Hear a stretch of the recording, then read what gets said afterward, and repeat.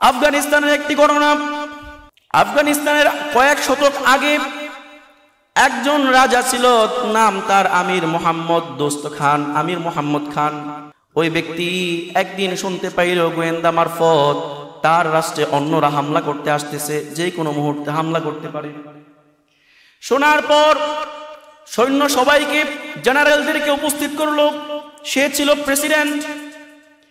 জেনারেলদেরকে উপস্থিত করলো, করার পর চিন্তা করলো কাকে দেওয়া যায় এই বাহিনীর প্রতিরোধ করার জন্য, শত্রুপক্ষের প্রতিরোধ করার জন্য কাকে দায়িত্ব দেওয়া যায় চিন্তা করতে লাগলো।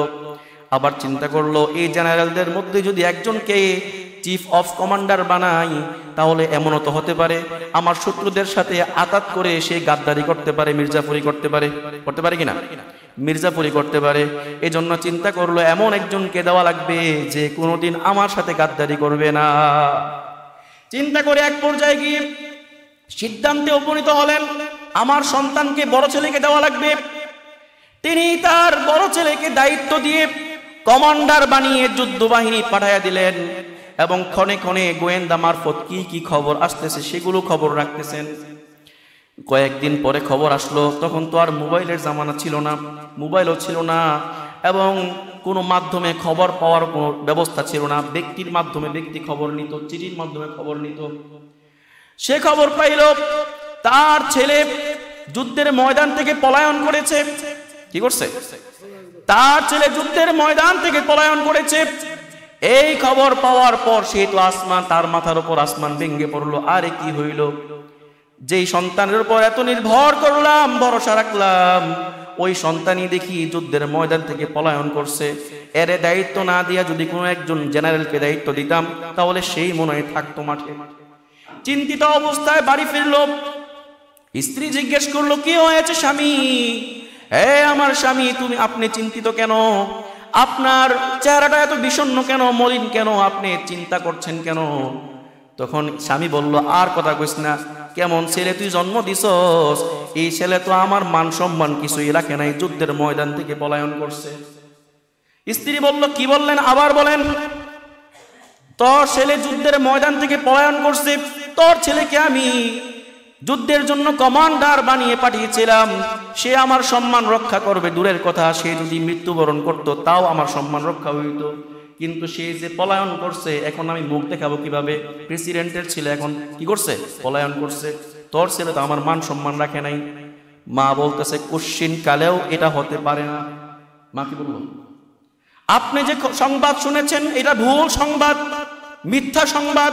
কোশ্চিন কালেও কোনোদিন আমার ছেলে যুদ্ধের ময়দান থেকে পলায়ন করতে পারে না। এমনকি যদি ফেরেশতা এসেও আপনাকে বলে, আমাকে বলে যায় যে আমার ছেলে পলায়ন করেছে যুদ্ধের ময়দান থেকে, তাও আমি বিশ্বাস করব না। কি কঠিন কথা! ফেরেশতা এসেও যদি বলে যায় যে আমার ছেলে যুদ্ধের ময়দান থেকে পলায়ন করেছে, আমি তাও বিশ্বাস করব না। আশ্চর্য হয়েছে, সাথে সাথে রাগান্বিত হয়েছে স্বামী। মহিলাকে একটু বেশি কথাই, মহিলাও কি একটু বেশি কথাই রাগান্বিত হইয়া চলে আসছে। আসার পর চিন্তা করতেছে কি করা যায়, যদি পলায়ন করে থাকে আরেকজন দায়িত্ব তো নিবে। বারবার খবর নিচ্ছে। কয়েকদিন যাওয়ার পর দেখতেছে বাহিরে হই হুল্লোড় শোনা যায়। কি শোনা যায়? হই হুল্লোড় শোনা যায়, আওয়াজ শোনা যায়, মিছিল শোনা যায়। কানটা লাগিয়ে দেখতে পেল মিছিল শোনা যায়, মানে মনে হয় শত্রুপক্ষ আমাদের কাছ পর্যন্ত চলে আসছে, মানে দখল করতে করতে আমাদের রাজপ্রাসাদ পর্যন্ত চলে আসছে মনে হয়। এখন চিন্তা করতেছে, আগে তো আমার রাষ্ট্র তো গেছে, এখন আমার নিজের জীবন বাঁচাইতে হইব, কেমনে পলায়ন করা যায়? রাস্তা খুঁজতেছে। যতই ওই বাহিনী যতই সামনের দিকে আসে, আল্লাহু আকবারের ধ্বনিটা ততই স্পষ্ট হতে থাকে। চিন্তা করলো, আমার শত্রুপক্ষ কাফেররা তো আল্লাহু আকবার বলবে না, যেহেতু আল্লাহু আকবারের ধ্বনি আসতেছে এবং বিজয়ের মিছিল আসতেছে, তার মানে আমার সন্তানরা এবং আমার বাহিনীরাই এদিকে আসতেছে। সে একটু চুপ করে দাঁড়ায় রইল। দেখতেছে কিছুক্ষণের মধ্যে তার সন্তানের হাতে বিজয়ের পতাকা দেখা যায়। তার সেই বড় ছেলে যাকে কমান্ডার করে পাঠিয়েছে, তার হাতে বিজয়ের পতাকা। আশ্চর্য হয়ে গেছে, আরে কি রে, গোয়েন্দা মারফত এবং খবরের মাধ্যমে জানতে পারলাম আমার সন্তান নাকি পলায়ন করেছে, কিন্তু এখন দেখি আমার সন্তানের হাতে বিজয়ের পতাকা এবং বিজয়ের উল্লাস করতে করতে আল্লাহু আকবার ধ্বনি দিয়ে সামনের দিকে আসতেছে। কিছু কমান্ডাররা এবং অন্যান্য যারা জেনারেল আছে তারা আয়েশা বলতেছে, আমরা তো বিজয় লাভ করছি, আমরা তো বিজয় লাভ করছি। সামনে আয়েশা সন্তানকে জড়ায়া ধরছে, বলতেছে, বাবা তুমি বিজয় লাভ করছো? হ্যাঁ, বিজয় লাভ করছি। কিন্তু কোনো ভাষণ দেওয়ার কথা ছিল সবার সামনে, বিজয় উপলক্ষে ভাষণ দেওয়ার কথা ছিল, ভাষণ না দিয়ে দৌড়ায় গেছে স্ত্রীর কাছে।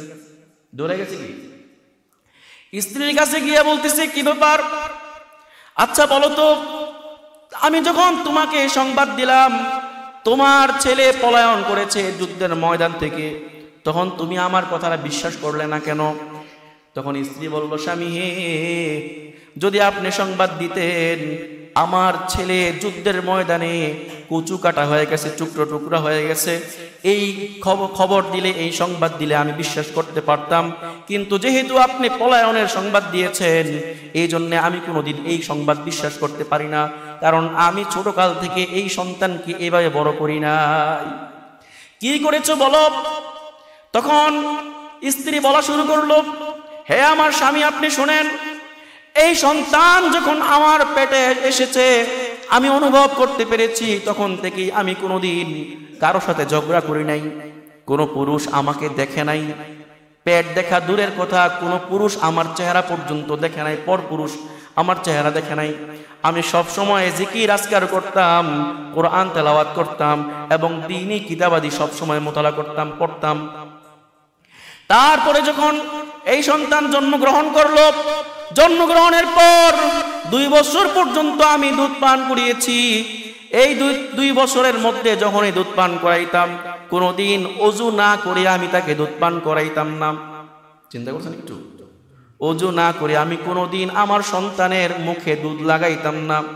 যতই কান্না করতো না কেন, কান্না করুক, তারপরও আমি ওযু করে এসে তার মুখে আমি দুধ লাগাইতাম। এভাবে আস্তে আস্তে তিলে তিলে আমি কষ্ট করে করে আমলের ওপর রেখে এই সন্তানটাকে আমি বড় করেছি। যে সন্তানটাকে এত আমলের মধ্যে রেখে বড় করেছি, ওই সন্তান কোনোদিন যুদ্ধের ময়দান থেকে পলায়ন করতে পারে না।